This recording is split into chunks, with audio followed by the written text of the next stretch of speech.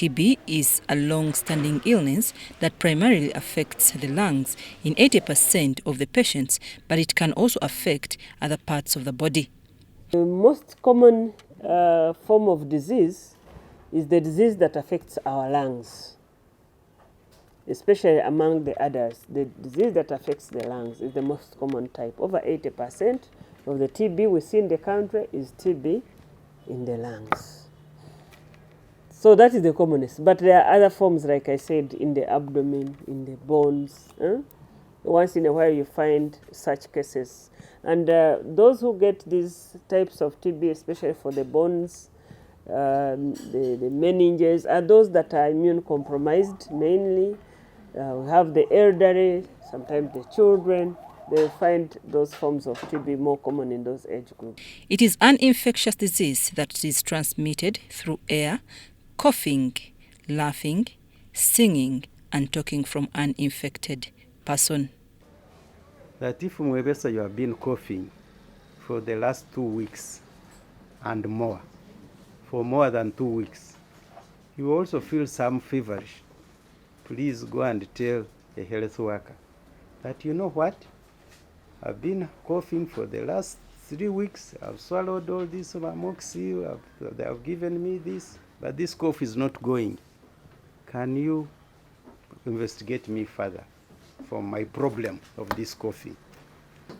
So if you have somebody in the home that has got that TB and has made the germs in the air that you share with them float in the air and you breathe them in, this preventive therapy helps you to ensure that whatever germ that has entered your body you don't progress to disease. The signs of TB include prolonged cough that does not respond to treatment, unexplained weight loss, night sweats, and loss of appetite.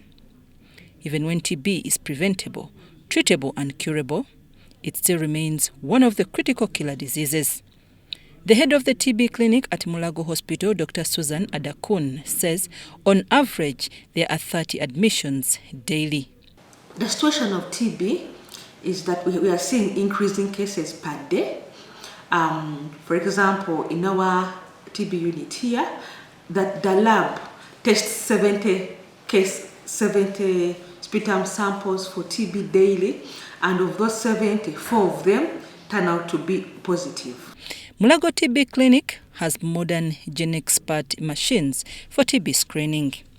One of the major challenges the Ministry of Health finds in managing TB is finding those who are infected, because out of 90,000 new cases, only about 72,000 are traced, and those who are not found continue spreading the disease.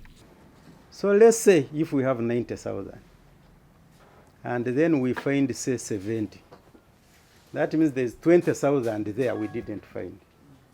Now the problem with those 20,000 we didn't find, because they are interacting with their friends, they are moving around in the taxi, in the buses, they are drinking a journal, they are drinking with their friends, so they are spreading further.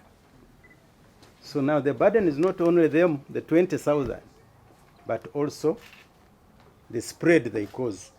So you'll find next year the burden is even bigger than 90,000. So that's why we really want to find them as much as possible. Even for those who are enrolled on treatment, the completion rate is between 6 to 7% because the treatment takes 6 months, but with improvements in treatment, this time is likely to reduce. The treatment of MDR-TB is long,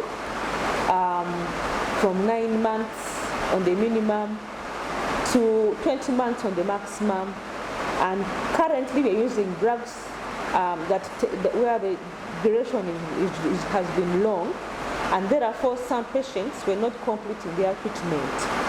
But recently, the World Health Organization has given us new guidelines where they have reduced the duration of treatment to 6 months. So we have 6 months and only 4 drugs: bedaquiline, clomid, linezolid, and rofloxacin. and we hope that this shortened treatment of fewer drugs will actually improve treatment outcomes, and that our patients will all be able to cope with their medication. Some patients shared their experiences on how they discovered that they had TB. Namuli Winfred successfully completed the treatment, and now her life has come back to normal. After having fallen sick for a long time, suffering from heavy cough, I tried to treat it in different clinics and hospitals. Then I decided to go to a bigger health center. That was Naguru Health Center, China, Uganda. Doctor directed me to go for CBC. That's where they sent me to Uganda Care, and Uganda Care has forwarded me to the TB clinic. Yeah, there from the TB clinic, I was removed aspartame.